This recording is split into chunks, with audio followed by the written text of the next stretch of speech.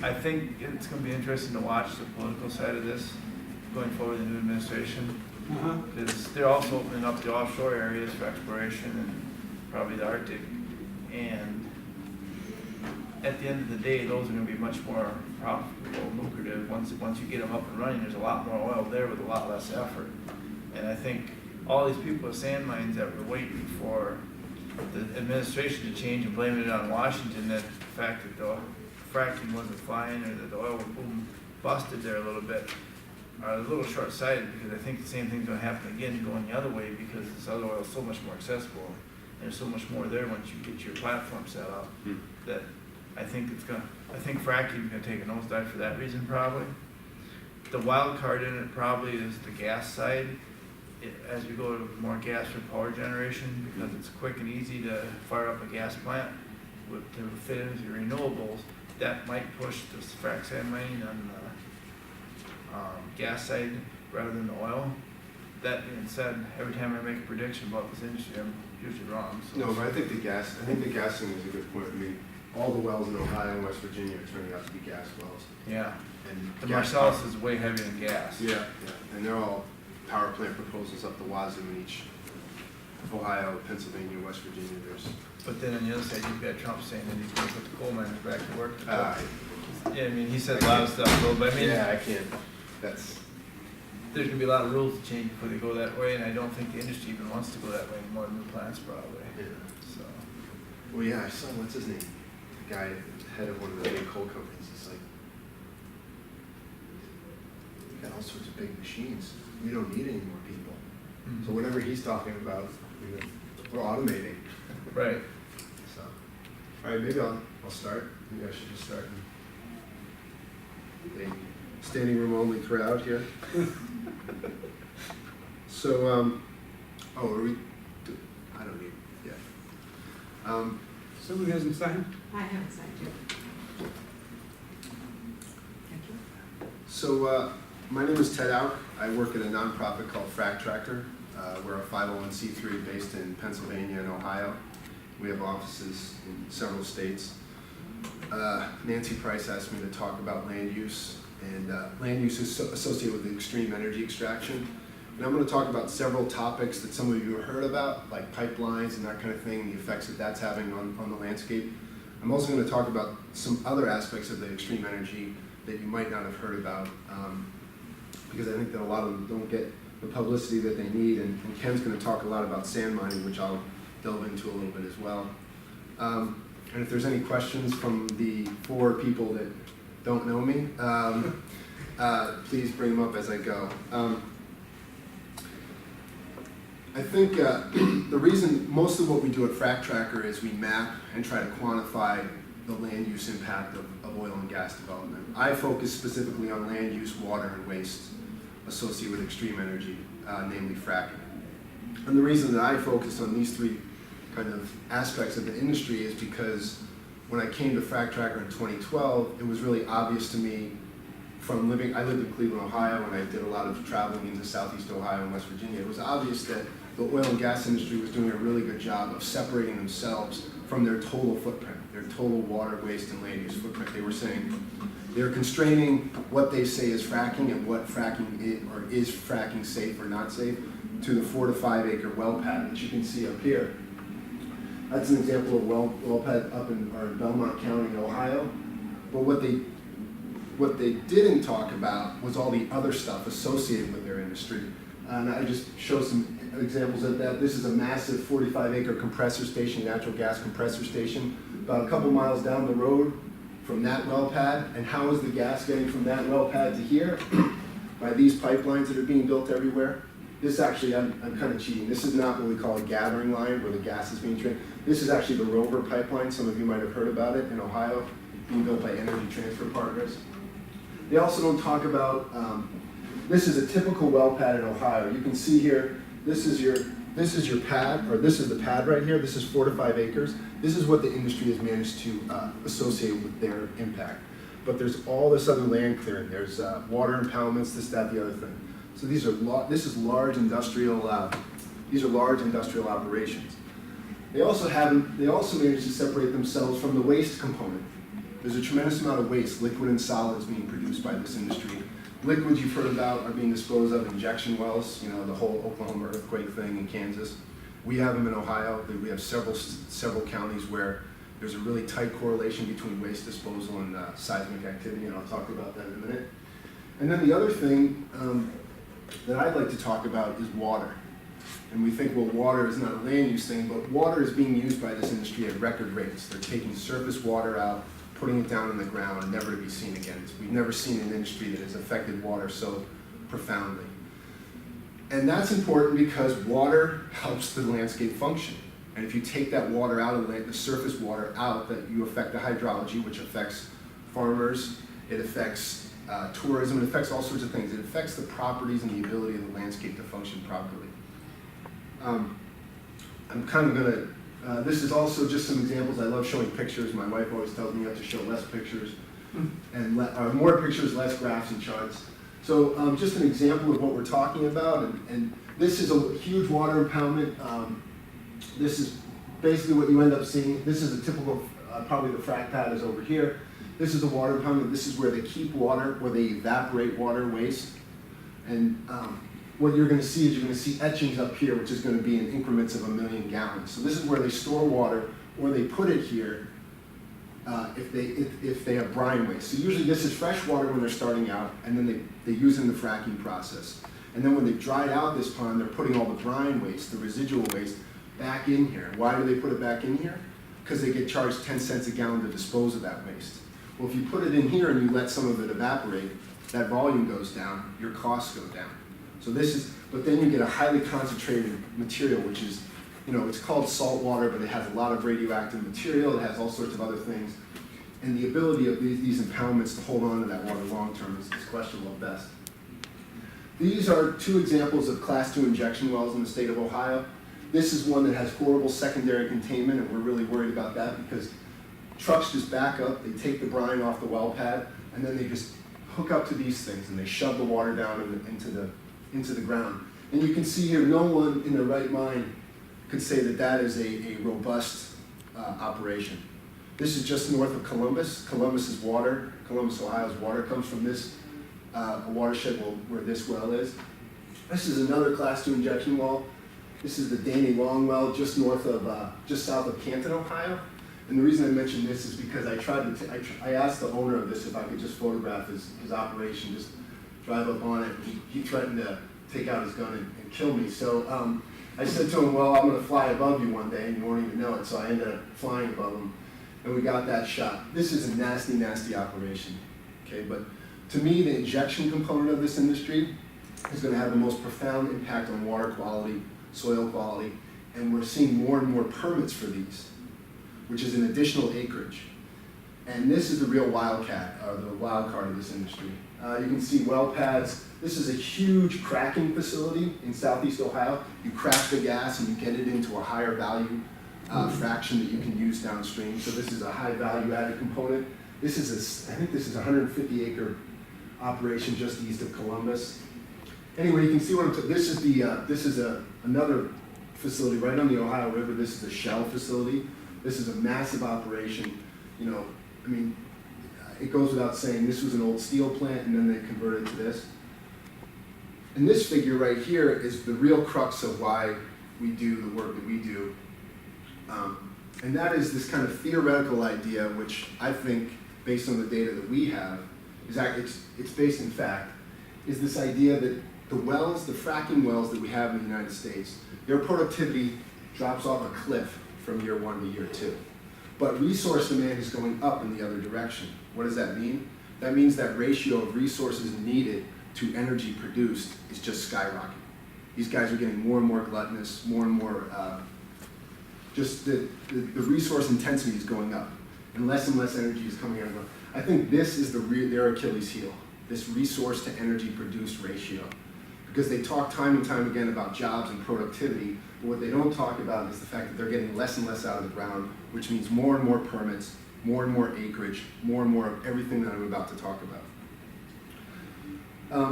Let me kind of start this kind of outline, or this talk by talking about water. And the reason, I mentioned why I'm interested in water, and I use this Muskingum River watershed as a test case. And to give you a sense for where this is Columbus, Ohio. This is Akron, Ohio. This is the West Virginia border right here. This is a watershed. This is this really huge, very large watershed in southeast Ohio that services about 6 million people. They get all their water from in here, and then it's one big bathtub, and then it empties out into the Ohio River.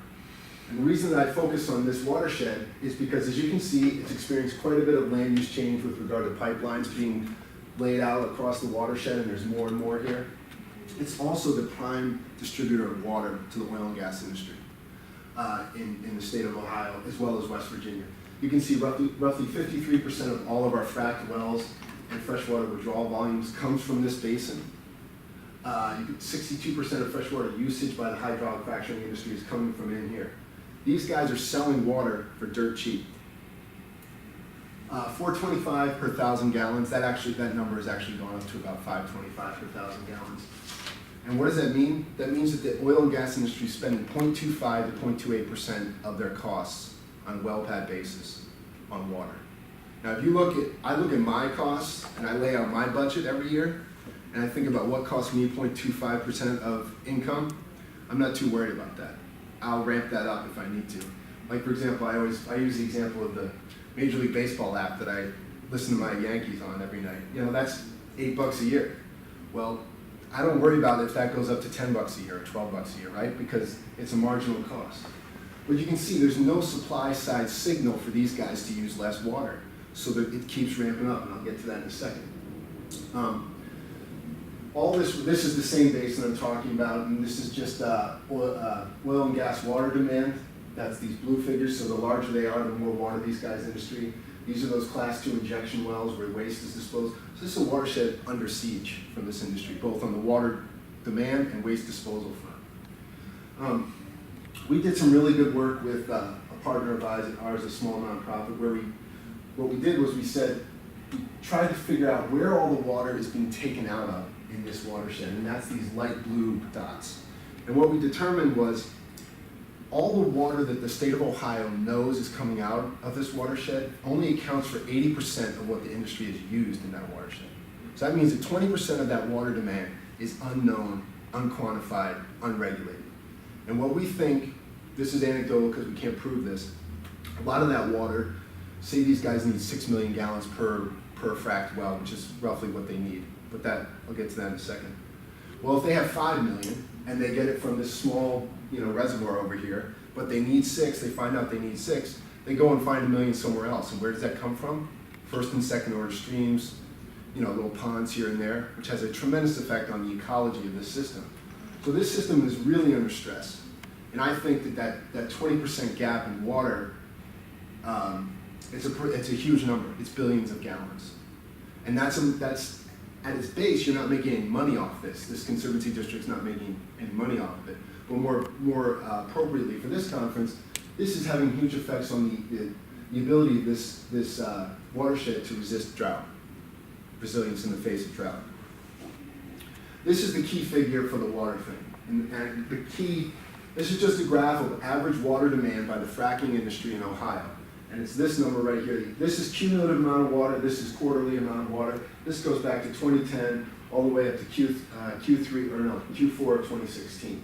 And what does this tell you? Well, up until the end of 2013, their water demand per well was going up at a kind of linear rate.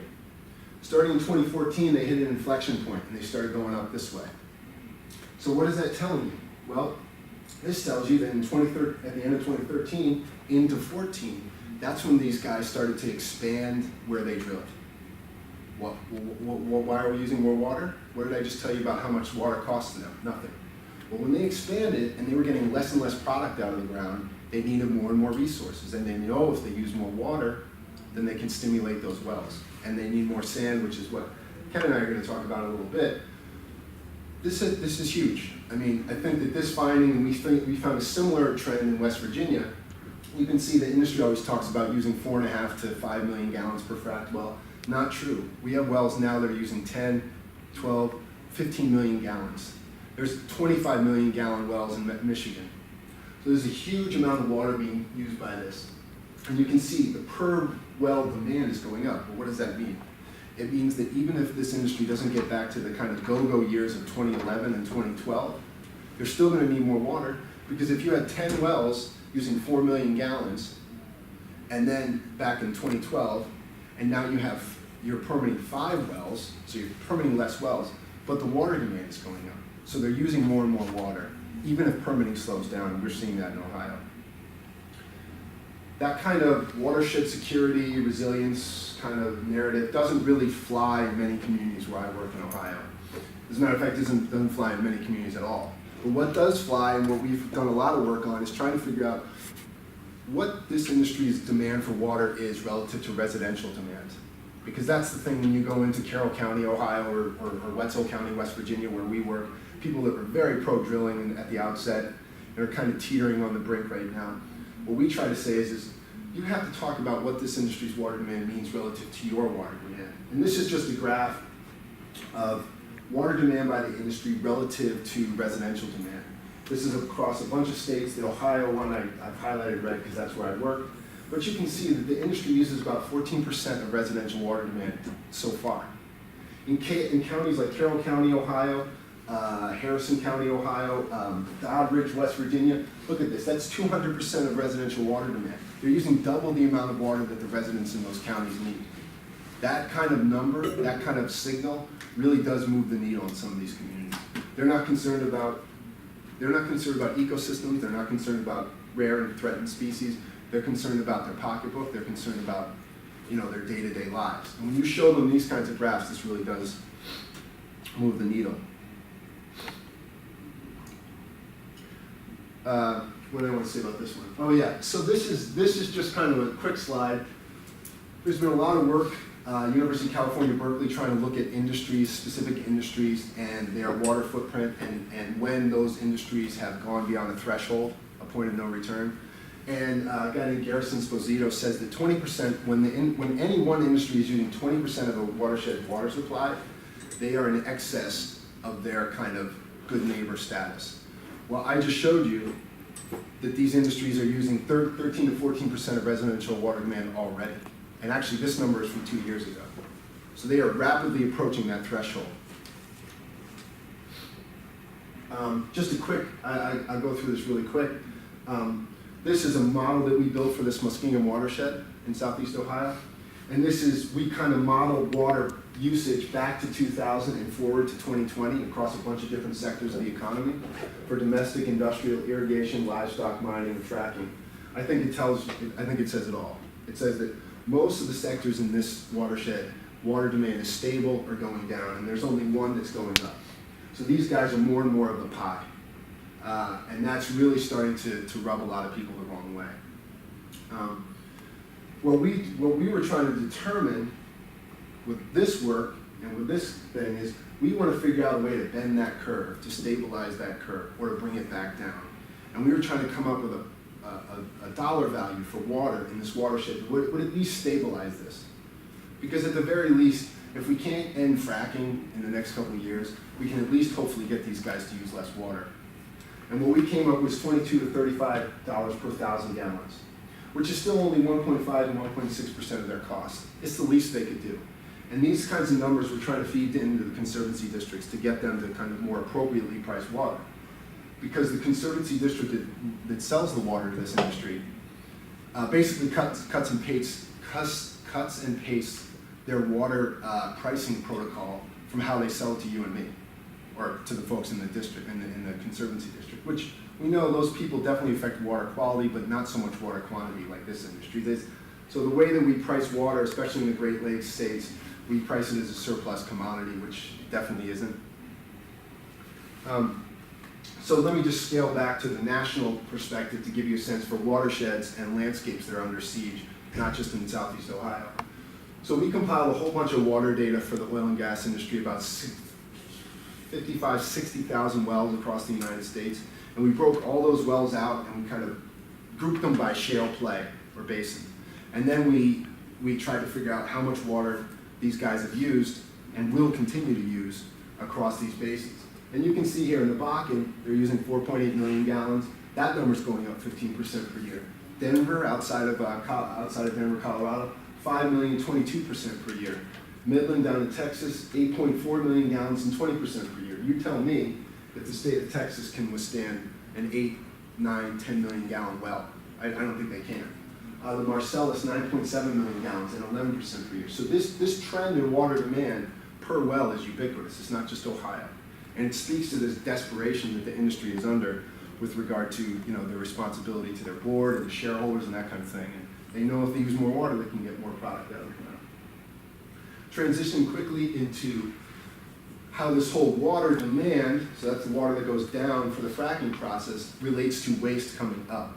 Well, this is just a map of Ohio. This is freshwater demand across Ohio, and these are those Class 2 wells.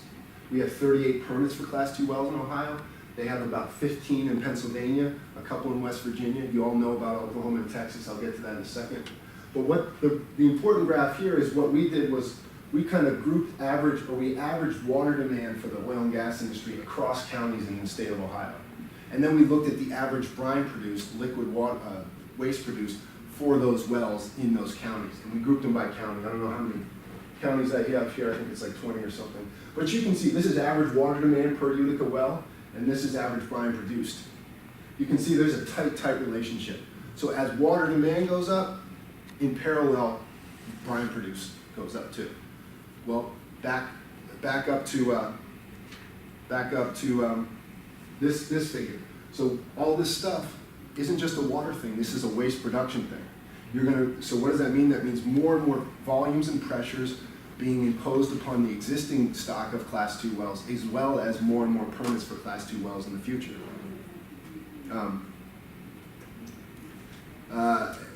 This is a kind of a Venn diagram that I like to use, and this tells you why I'm interested in the waste component. It's because Ohio is uniquely positioned in the middle of this. We have all the waste injection wells that are taking in all the waste from PA and West Virginia. We also have a lot of waste landfills that are taking in the solid waste from these oil and gas wells, that I'll get to in a second.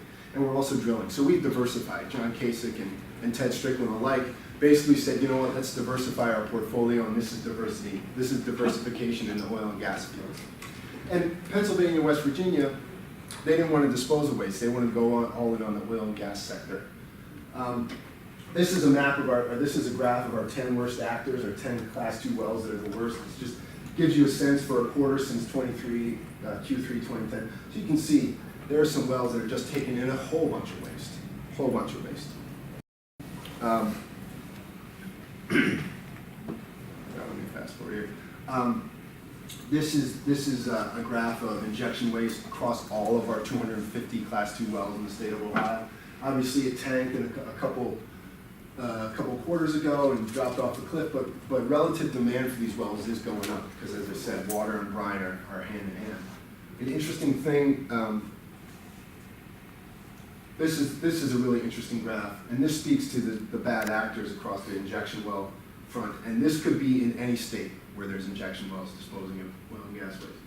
This was average disposal rates for our injection wells, and then this is average waste disposal for several, I think there's 12 of them, that this company called Stallion Oilfield Services purchased. And when Stallion purchased these wells, they were already way above the state average as far as disposal of waste. All of a sudden, Stallion purchases them, and boom, it goes up, it hits another inflection point. We're seeing a lot of companies coming into Ohio, Oklahoma, where they're saying, you know what, it doesn't matter what happens on the oil and gas production front. We know that these guys have a lot of waste they're producing. So and what they're saying is we need to buy the best wells, the best Class 2 wells, corner the market, ramp up the price for disposal, and then we can go some sort of stock offering and say, you know what, look, we know that the oil and gas sector is volatile, but this waste thing is not volatile. These guys they're producing so much waste they can't keep track. And so you're seeing companies buying up wells, which is very disturbing because these are already high volume wells. A lot of these were built in the 60s and 70s for an entirely different pressure and volume regime that they're being relied upon today. So, more pictures. These are examples of the kinds of Class 2 wells that we're talking about. This is I'm not going to mention the names, but these are barrels disposed up until Q1 2015. This one's a real nasty one. This is a Danville feed and supply one. This is in the middle of one of our best agricultural counties, Knox County, east of Columbus. You can see this thing is just a nasty operation. This one is right next to a softball field, a recreational area. This is in Stark County where Canton, Ohio is. This one's interesting. This is one of the wells that's being bought by one of the larger firms. So small mom and pop sold it to a big firm. And this is also interesting because I was just here a week ago, or 2 weeks ago, and I asked the guy who was working at the guard shack, I said, you know, how's business? He said, business has never been better. He said, this is the best month we've had in 3 years. And he said, but you know what's really gonna anger you if you're from Ohio? And I said, no, what's that? And he goes, 80% of the stuff that's coming into our injection well is coming from Pennsylvania and West Virginia. So I said, only 20%? He said, yeah, 20% is from in the state. And he said, it's overwhelming the truck traffic. So I think someday we're going to do a truck count, trying to figure out how much is coming. But you can see, these are the kind of operations that we're talking about. This one's a nasty one in the sense that there's no secondary containment. So if you have an overflow or anything happens, you know, who knows? And by the way, these are all in the middle of nowhere, right? I know where to go to look because I've been looking for them. This one, for better or worse, is run by a large firm. There's a good degree of cement around it. There's a lot of secondary containment. But for every one of these, you got 5 of these. Again, that's the Danny Long well. This is an interesting well. This is the Monroe well right on the Pennsylvania border. Very productive class 2 injection well. This is interesting because this is right in the middle of Amish country in eastern Ohio. So there's a bunch of Amish folks living around this well. And why is that concerning? Because you get haulers disposing of waste. They're getting paid by the load. They're flying down these roads. So there's just all sorts of stuff. This backtracks to a well that this is the one outside of Columbus. There are 15 wells in the public water supply of the city of Columbus, Ohio. What sort of regulation is there for any of this? Well, there's 2 kinds of class 2 wells. There's the ones that have primacy at the state level, and then there's the ones that have primacy at the EPA level. Pennsylvania and West Virginia, they're at the federal EPA, but federal EPA at this point to me is not, they were never great, and now they're real bad. In Ohio, ours are run by something called the Underground Injection Control Program out of the Department of Natural Resources. So those are the folks that run this. I'll just give you an example of this. I'll use this one. This tells you what a ragtag operation this is. They have 2 inspectors for 250 wells. We have 30 in the proposal stage. They're going to keep that number of inspectors, but get more wells in the state of Ohio. They are revising numbers, quarterly numbers for the disposal of these wells back 2 years, right? So what I'm saying, and they always revise them up. So this is just a Wild West kind of thing. Underground Injection Control has 2 inspectors for 250 wells. I think that tells you. Spread out over the eastern half of the state. Ted? Yeah. Have you tracked the violations of illegal dumping in relation to the amount of fracking that's going on and the amount of water being used? We have tracked violations. The state of Ohio has been really doing a really bad job I mean, their violation threshold is really, it's not robust. It's got to be egregious before it gets... It's got to be egregious. And we saw this with the Rover Utopia pipeline network that's going from Michigan down into Washington County, Pennsylvania. The Rover's being built by Energy Transfer, which some of you have heard of. You know, I mean, you're hearing people with that thing that they're documenting spills, they're photographing spills with regard to that pipeline construction, and DNR they won't even acknowledge them. So it's real bad. That pipeline's interesting because it's actually going through a landfill that actually still is smoldering from a fire 20 years ago. So there's just, I mean, it's just the Wild West stuff. Is there any state that's getting on these wells? Oklahoma. Yep. But why? Because people's insurers are pulling out. We won't insure your home anymore, right? Yeah. So I mean that's a real kicker, and that gets people we're agnostic or pro, saying, oh, you know, I got to have insurance on my home because seismic activity, which I'll get to in a second, is skyrocketing in the United States, as you know. Briefly, the solid waste front, and this is concerning because first in the state of Ohio. Solid waste, these drill cuttings that the industry produces, when they drill a hole, they go down about 6,000, 7,000 feet, then they go out 7,000 feet, right? And that out thing, that's going up by about 70% per year. When they do that, they're pulling up rock, which is oftentimes radioactive, and that has to go somewhere. So they take off, they get that rock, down to about 20% liquid by volume, and then they're disposing in municipal landfills. And that's a concern because that stuff can be really hot. We know that from the limited studies in Pennsylvania that their radioactive material can be through the roof. It's also concerning because the state of Ohio is also taking in this waste from these other states, and we don't require our solid waste districts to collect volumes for this industry. So they just assume all the stuff coming into those landfills, it's just like yours and my waste. So the state does not require our solid waste districts to partition waste, oil and gas waste. Fortunately, there is a solid waste district where the woman, an amazing woman, Barb Walton, she's been collecting it on her own back to 2011. She's been collecting drill cuttings waste in her landfills because they're taking in the lion's share of the waste voluntarily. So we have this legacy, this amazing data set that we've been using. And you can see here that this is a huge input into our landfills, which is going to do two things. Either you are going to have, from a land use perspective, you're going to have the requirement for more and more land for more landfills, or you're going to have increased capacity for landfills, the existing stock of landfills. And if you ask Barb, she'll tell you that this is a new source of waste. If you ask some waste districts, they'll say that this is just replacing the industrial waste that has gone down in the past 20 years. But she's saying it's a new form of waste that we don't really have the capacity to handle. I mean, this solid waste and the liquid waste that I mentioned before, this stuff should not be going into municipal landfills. This can be radioactive.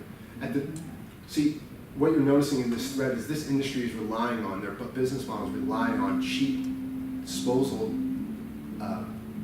pipelines, pardon the pun, and cheap water. If we were to actually really price this waste that they're producing at where it needs to go, their business models would collapse. But you can also see, the concern here is that as these laterals get longer, you're going to see that that comes with an increased amount of drill cuttings. So more landfills, more capacity for landfills. Where are these landfills oftentimes, at least in my state? They're in poor communities, adjacent to poor communities, or out in the middle of nowhere, poorly monitored. So I mean, this thing is going to creep up eventually. Excuse me.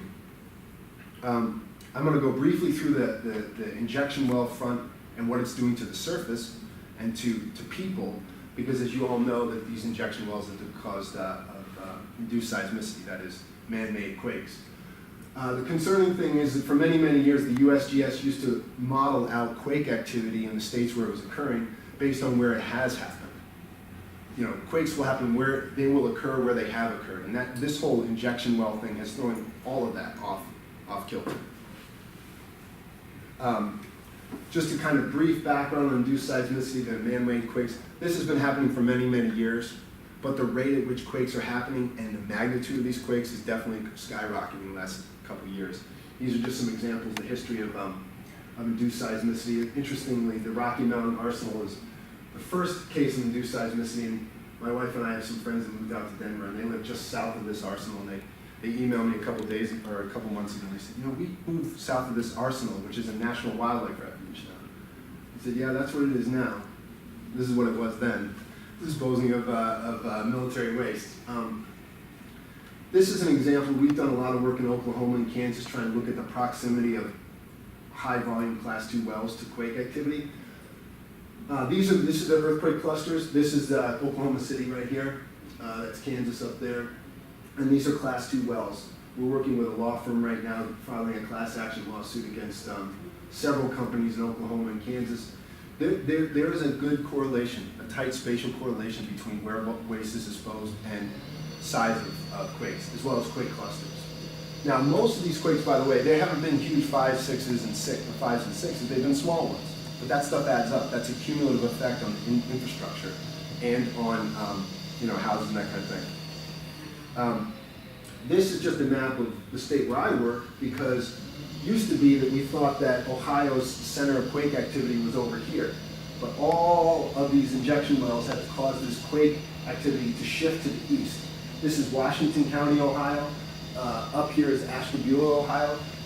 Even the USGS has acknowledged that Washington and Ashtabula quakes are definitely man-made. They're definitely class 2 related. Some of the other quakes we really don't know, but at least we're starting to move from correlation to causation. I just kind of want to talk about two things here quickly. One is this is the hockey stick event that we're seeing, these breaks. This is USGS data. You can see in 2008, it just picked up, it skyrocketed. This is USGS data, this is mine. But what's interesting is the industry is it's eating itself in the sense that where quake activity is greatest in Oklahoma and Kansas, you have the Cushing oil facility, which is where 28% or 30% of our oil reserves are sitting right now. So this industry is killing itself in the sense that it's causing the infrastructure that it relies upon to store its product to be compromised. So it's just amazing to me that they're so gluttonous and so the velocity that they're moving is affecting themselves. They're affecting themselves, which is, I have no sympathy for them, but that is what's happening. So when you say that Oklahoma is the only place starting to regulate this, does that include any sort of like mandatory shutoffs of those pipelines Yep. or facilities when there's an earthquake in the area? Not pipelines, but injection wells, yeah, mandatory, yeah. So what they just did in Oklahoma was they had this Arbuckle formation where they think that this seismic activity is originating. And they said any well that's pushing wet water into this sandstone, this Arbuckle sandstone, has to be shut off, temporarily shut off.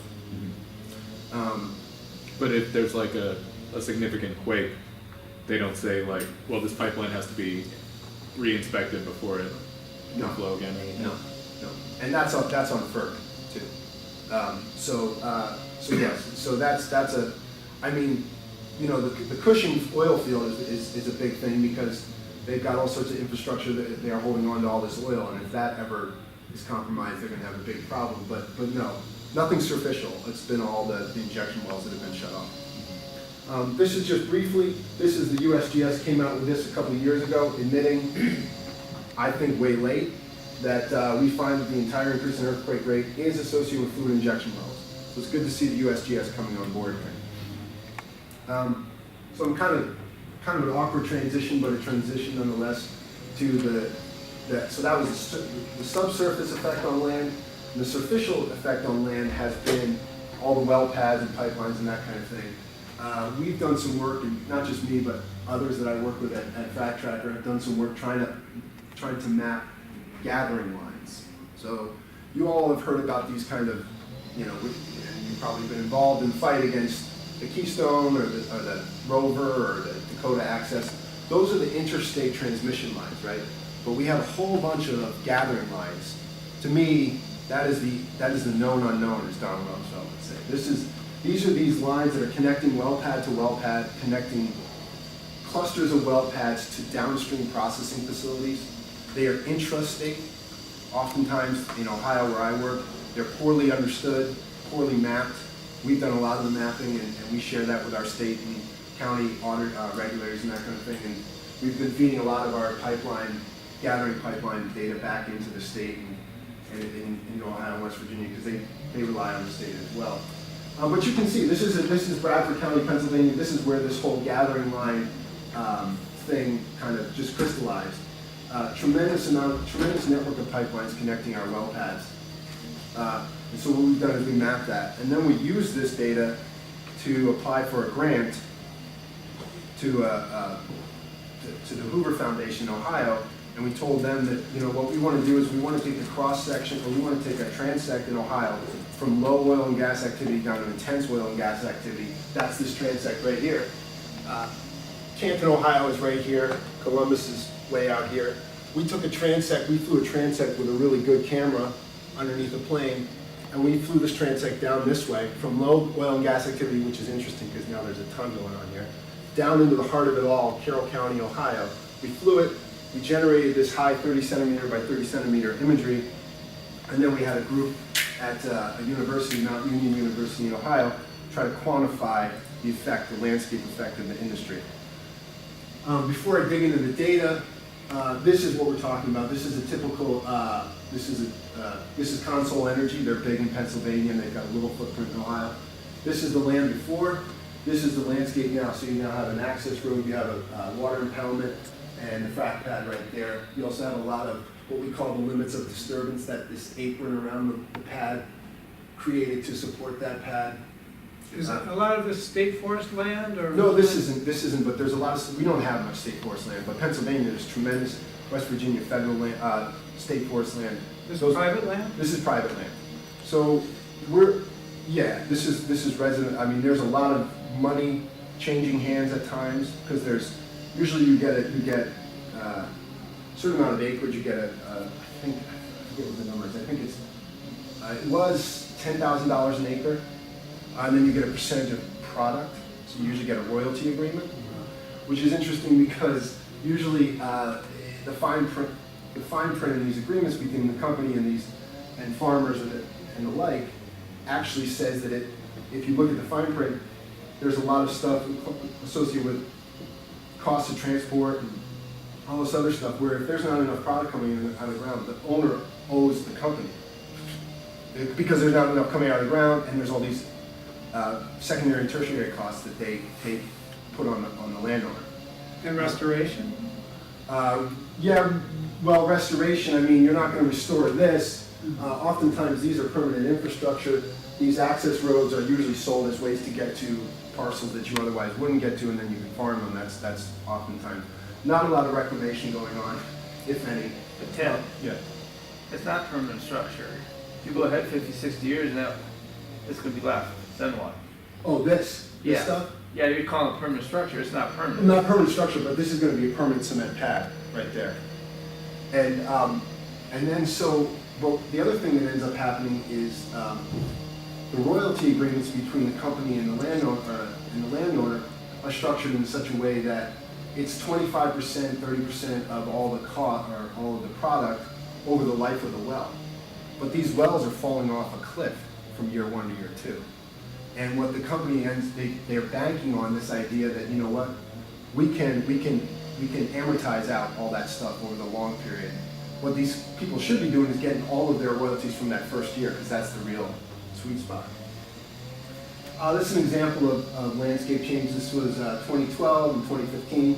You can see this is some of the work that we've been doing trying to quantify this impact. What we basically did was, and these are just some images of this. These are gathering lines connecting well pads. This is another gathering line.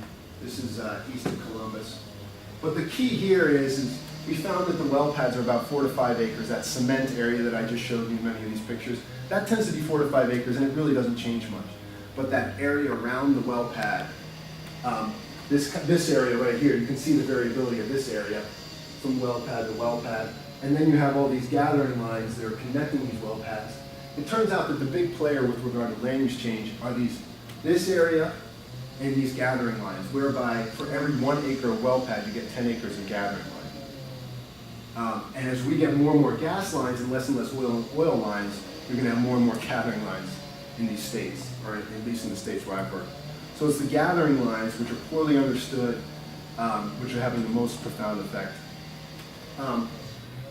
This is an example. You'll notice this polygon right here. This is that transecting flue from low activity down to high activity. As I said, there's a lot going on here now.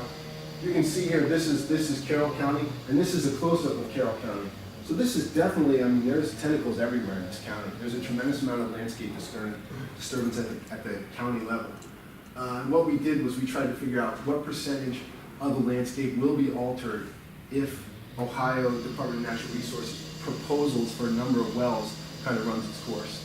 And we estimated those numbers for kind of what we call this 22 county expanded Utica region, which is any county with 1 well, or we looked at it for any county with 10 or more wells. These are those core regions. 10 to 15% of the landscape in this larger area will be altered if Ohio's proposals run their course, or 20 to 30% of this core area will be altered in the next 10 years. Now, permitting has fallen off a little bit, but the point is this is non-trivial amount of land, productive lands, lots of value to that land. How about the employment? Employment has been more of a migration thing. It's not really organic job growth, it's inorganic job migration, right? So it was promised that this was going to just be a job boom. And it has at the service sector, definitely been a job boom, Super 8s, Outback Steakhouses, that kind of thing. but with regard to well pad and value added jobs, those jobs are not being, unless you talk about some of the steel plants in Youngstown and Cleveland and that kind of thing. Truck driving? Truck driving actually has been a job, a component of that, where those guys are definitely hauling stuff from point A to point B for sure. And some of the pipelines have created jobs at the time of construction. But the well pad jobs and some of the kind of the more nuts and bolts jobs, those have not been given to Ohioans or West Virginians. Kind of fast forwarding to, so I've kind of outlined the traditional fracking model of land use, but kind of speaking more to what Ken can talk about, and what I really think is really interesting, is this whole, the component of sand mining, right? Because sand is being used as a proppant in the shale fields to open up, keep these shale plays or the seams open so they can pull out the product. And that sand is coming from other places, not the places where oil and gas is being produced. And you know, this is, you can see, this is kind of like that Eisenhower industrial complex. I mean, it has its tentacles everywhere in the United States. So if you think you're not involved, you probably have an oil refinery or something that's being proposed or being expanded in the name of this thing. You can just see this is some work that we did trying to map this really good sandstone formation, the St. Peter sandstone formation, and this is USGS mapping all the potential sandstone formations in the US and what they could be used for. So you can see the geology, the geography of the sand thing is national. So that's the kind of national thing. Well, why is that important? Because as I mentioned, resource utilization is going up and away. This is a graph of average proppant or silica demand per well in West Virginia and Ohio back to Q2 2010 up to the beginning of 2016. So you can see proppant demand is going up. This is something I actually just took from Bloomberg. Chesapeake Energy, one of the big Ponzi schemes in my opinion in the fracking industry, is talking about propagating. They just did a well where they had 25,000 plus tons of sand per well. So this, yeah. And the whole sand thing involves trucks. Trucks, trains, barges, conveyors. Yep. Yeah. So yeah. I mean, this is a whole. Yeah. This is the milieu is quite. It's everywhere. But you can see here, 4.2 to 5,000 tons per lateral in Ohio. We're talking about we have 10 to 15,000 ton laterals in Ohio right now. West Virginia, same thing. And again, this is that kind of bottom left to top right trend for resource demand, while the trend for production is going from the top left to the bottom right on your dial. Here in Minnesota, Unimin, this is just southwest of here. Unimin has a huge potential. This is the existing Unimin. This is in LaSure County, just 2 hours southwest of here. This was the Unimin. This was the Unimin footprint in 2003. This is the total Unimin footprint as of 2015. And then this purple area with that little area that I just mentioned embedded in here, this purple area is the total potential footprint of Unimin in this county based on parcel ownership. 6,500 acres of land versus 561 acres to date. So there's a potential for huge expansion. Now, will it all happen? Ken can speak to that. This is going to be a function of rail. However, this mine is actually super close to rail. It's actually right on rail. This is another example. This is in Detroit. This is southwest of Detroit, Michigan.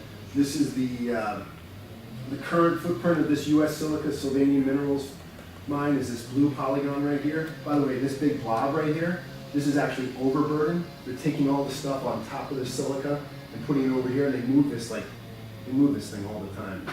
But anyway, so this is highly population dense area southwest of Detroit. This is the current polygon, this is the potential expansion, and then this is a kind of offshoot, kind of annex proposal. So they're currently at 642 acres, the potential to jump over double that, southwest of Detroit. And as I mentioned, demand per well is going up.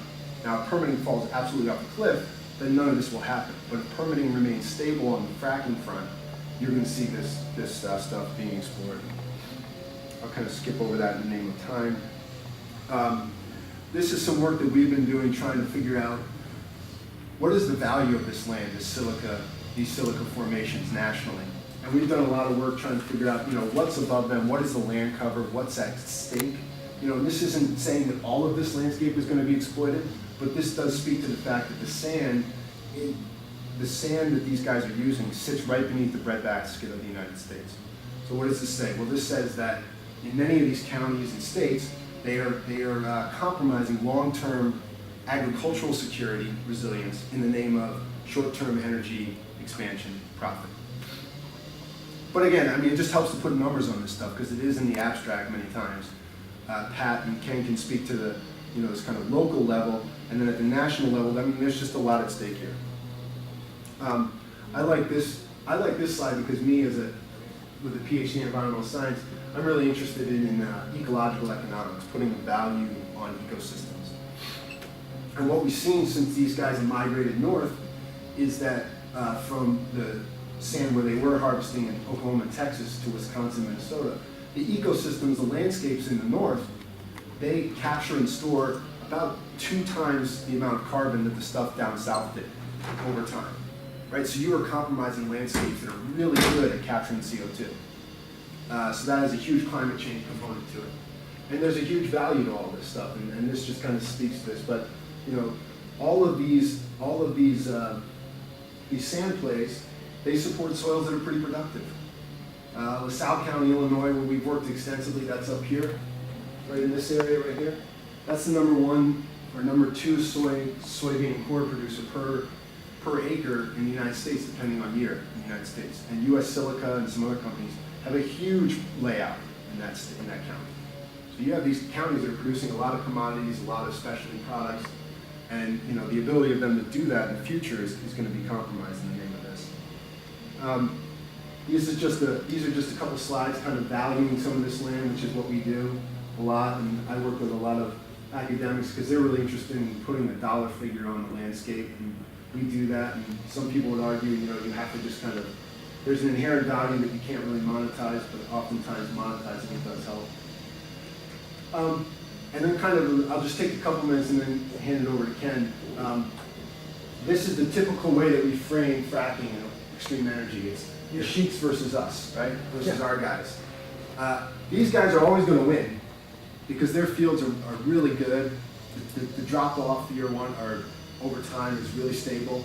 As I've mentioned to you, our wells drop off year 1 to year 2 by 85%. So you're talking about a huge amount of permitting of wells just to maintain or marginally increase production.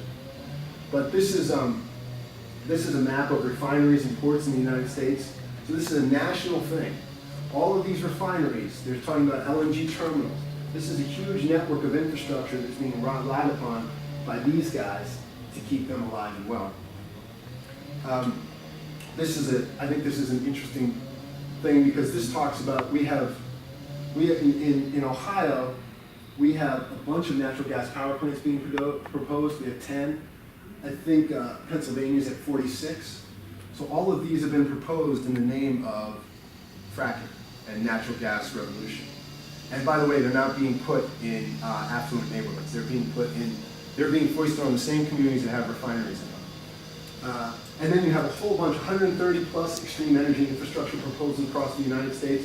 Look, see, this big arc, the New York Times just did something on this arc across Galveston into Louisiana, and the air quality and health of these communities. Well, that's also where they're proposing these expansions.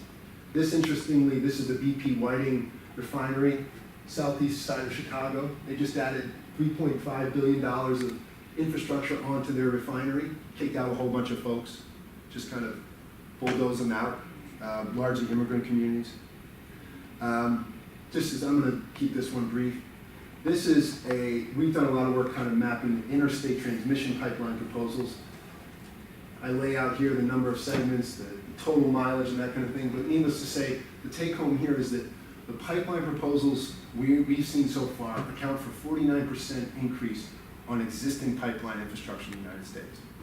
So there's a tremendous potential build out of pipelines that we're already seeing, and it equals 49% of what we already have, right? So this industry is just, again, you know, this is this connectivity thing. They keep talking about we need pipelines to get it from point A down to the markets, and this is what they're talking about. Briefly, we've done a lot of work looking at shale plays and their potential impact on farming. which Ken could speak to more than I could, but needless to say, we've done a lot of work on organic farms and their proximity to shale plays and shale basins. And you can see here the numbers, I won't go through all of them, but there's a tremendous amount of organic farming infrastructure that relies on the inherent quality and quantity of water and soil that are in these plays. So the food security thing is a lot, you know, it's national. We've also looked a lot at the county level, at USDA ag census data, to try to quantify not just organic farms, but nationally what the agricultural sector could feel. And this is kind of a map, and we've done that work. If you want to look at this map and look at some of this data, I'd be happy to share it with you. We did a webinar at Halt the Harm. You can see that webinar there that we did a couple weeks ago. But there's a huge amount of money at stake here if this industry keeps going the way that it's going. So with that, I'll hand it over to Ken or take any questions that you have. Yeah. In Colorado, there was a fairly major landslide caused by fracking, killed a couple of people. Are there any more cases of landslides, avalanche sorts of things that you know? Landslide and avalanches? I haven't heard of any. I mean, there is, in West Virginia, there's a lot of those gathering lines that I mentioned, the intrastate lines, gas lines. They're being built in such a way that they're going up pretty steep slopes and at pretty circuitous angles. Those gathering lines, there's a lot of subsidence there. But landslides and some, I mean, really dramatic events, I haven't heard of any, but, you know, as I've showed you, there's a lot of gathering line and there's a lot of subsidence. They're small events. So to the extent that land has been eroding or been, you know, washing down, it's not like coal mining where you see valley fills, you know, that kind of thing, but it does happen. Yeah. Yep. Is it, I came in late, sorry, but is this data available? Yeah. Is this information available someplace? Yep. Form? Yep. Okay. Yep. And just maybe a comment or just as sort of an exercise and sort of a way of teaching. I did something about a year ago and looked at what if we control it, you know, these are obviously private business, private capital doing what they want. And now they want to get their value out of all this. Right. And if you looked at having some, ultimately the control of the capital is what is the only way to get a hold of it, is demanding some kind of the public understanding of that, because this could have been, I looked at what the investment in the Bakken and the tar sands, we could have completely rebuilt our energy system with that capital. Yeah. And now they've got this infrastructure, they're not going to want to let go, and we've got 50 years of profit they want to make out of this system. Oh yeah, the inertia They can't shift it because their stockholders are looking for the payoff. Yeah. So it really comes down to really, fight over whether the public is ever going to have any, say in that capital. Yeah, I mean, you see it with the pipeline resistance. I mean, at some point they just say, to hell with this. You can resist all you want. We're going to push you out of the way. No, they're not giving. This is they're exporting a fair amount. Oh, yeah, that was the thing I was going to say. I mean, the industry in Ohio has said for many years, energy independence, and I mentioned that energy independence versus arbitrage. It's like they said that for many years, and now they're talking about export. Yeah. And a lot of Ohioans who were otherwise pro-drilling or kind of on the border were like, you never took care of the first thing you said you were going to do with this stuff. And they're pretty pissed off.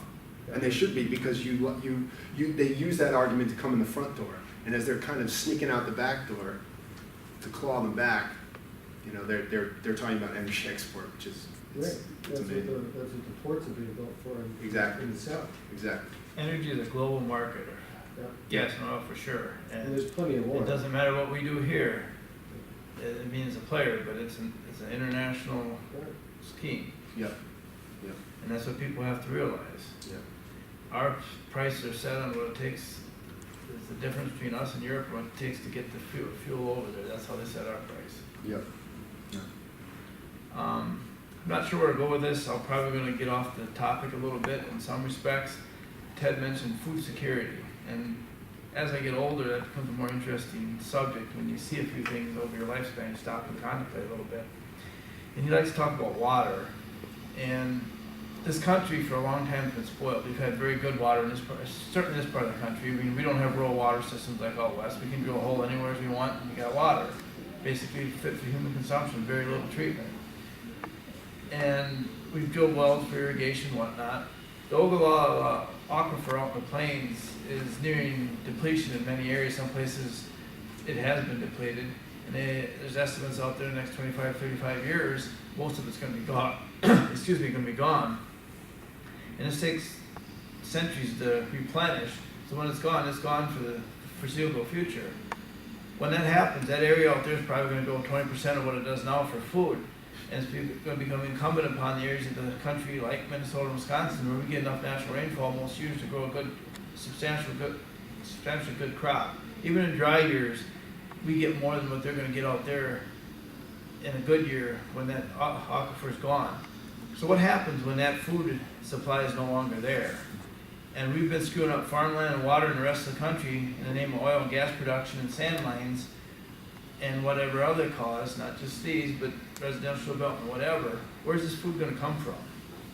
Now you throw into the mix, you go back 10, 15 years ago and they had an outbreak of foot and mouth disease in England. Or the avian flu in this country with chickens a few years ago.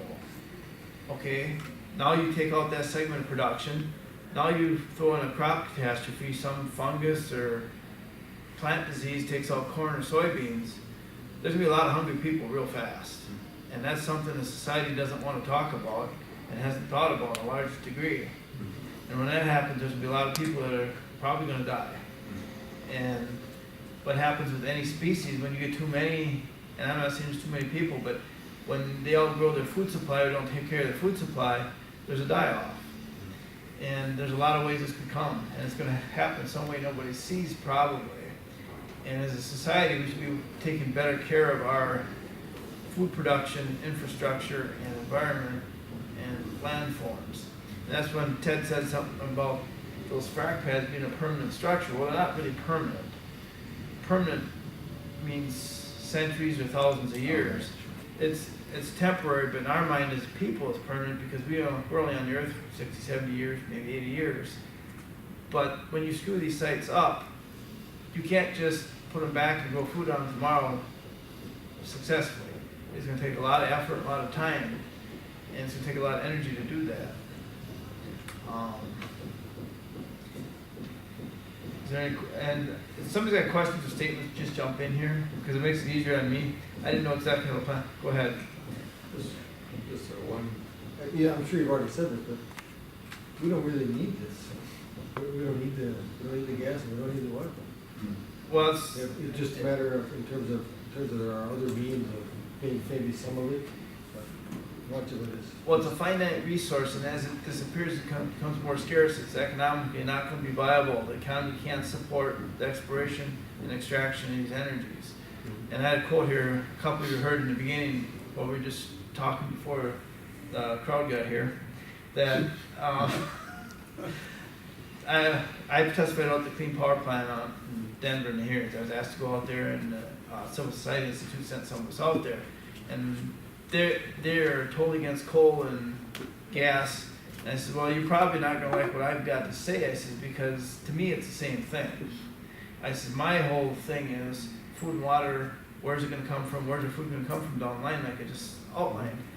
And she, the girl that was in charge of it, emailed back, she says, perfect, so we want to hear it from a farmer to say this in these hearings. I said, fine. So I went out there, and the first day we listened to the hearings, and there was a quote I had heard before once, and I thought I'm always going to remember that because I thought it was a very good quote.